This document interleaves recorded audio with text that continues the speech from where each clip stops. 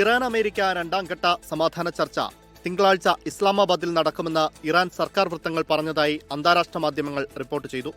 America ഇക്കാര്യം സ്ഥിരീകരിച്ചിട്ടില്ല. ഇരു രാജ്യങ്ങളും തമ്മിലുള്ള കരാർ ഉടനുണ്ടാകുമെന്നും ഇനി ഹോർമുസ് കടലിടുക്ക് അടയ്ക്കില്ലെന്ന് ഇറാൻ ഉറപ്പു നൽകിയതായും ട്രംപ് സമൂഹമാധ്യമത്തിലൂടെ വ്യക്തമാക്കിയെങ്കിലും ഇറാനും അമേരിക്കയും തമ്മിൽ പല വിഷയങ്ങളിലും ഭിന്നത തുടരുകയാണെന്നാണ് റിപ്പോർട്ടുകൾ. 1 മണിക്കൂറിനുള്ളിൽ ട്രംപ് 7 അവകാശവാദങ്ങൾ നടത്തിയെങ്കിലും ഇവയെല്ലാം തെറ്റാണെന്നും നുണ പറഞ്ഞ് യുദ്ധം ജയിക്കാൻ അമേരിക്കയ്ക്കാവില്ലെന്നും Iran parliament speaker Mohammad Bagher Ghalibaf വ്യക്തമാക്കി. ഇറാനെതിരെയുള്ള നാവിക ഉപരോധം അമേരിക്ക നീക്കിയില്ലെങ്കിൽ ഹോർമുസ് കടലിടുക്ക് വീണ്ടും അടയ്ക്കുമെന്നും ഗാലിബഫ് പറഞ്ഞു. സമ്പുഷ്ടീകരിച്ച യുറേനിയം അമേരിക്കയ്ക്ക് കൈമാറുമെന്ന ട്രംപിന്റെ വാദം ഇറാൻ വിദേശകാര്യ വക്താവ് ഇസ്മയിൽ ബഗായ് നിഷേധിച്ചു. എന്നാൽ കരാറിൽ ഒപ്പിട്ട ശേഷം സമ്പുഷ്ടീകരിച്ച യുറേനിയം ഇറാൻ കൈമാറിയില്ലെങ്കിൽ സൗഹാർദ്ദപരമല്ലാത്ത മാർഗത്തിലൂടെ അത് ഏറ്റെടുക്കുമെന്ന് ട്രംപ് പറഞ്ഞു.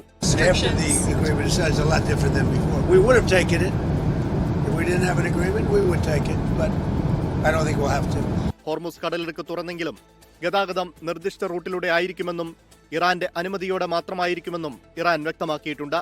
അതിനിടെ കടലിൽ കുടുങ്ങിക്കിടക്കുന്ന റഷ്യൻ എണ്ണ വാങ്ങുന്നതിനുള്ള ഉപരോധ ഇളവ് അമേരിക്കൻ ട്രഷറി വകുപ്പ് മെയ് 16 വരെ നീട്ടി. ഇന്ത്യ അടക്കമുള്ള രാജ്യങ്ങൾക്ക് ആശ്വാസകരമായ നടപടിയാണിത്. International desk 24.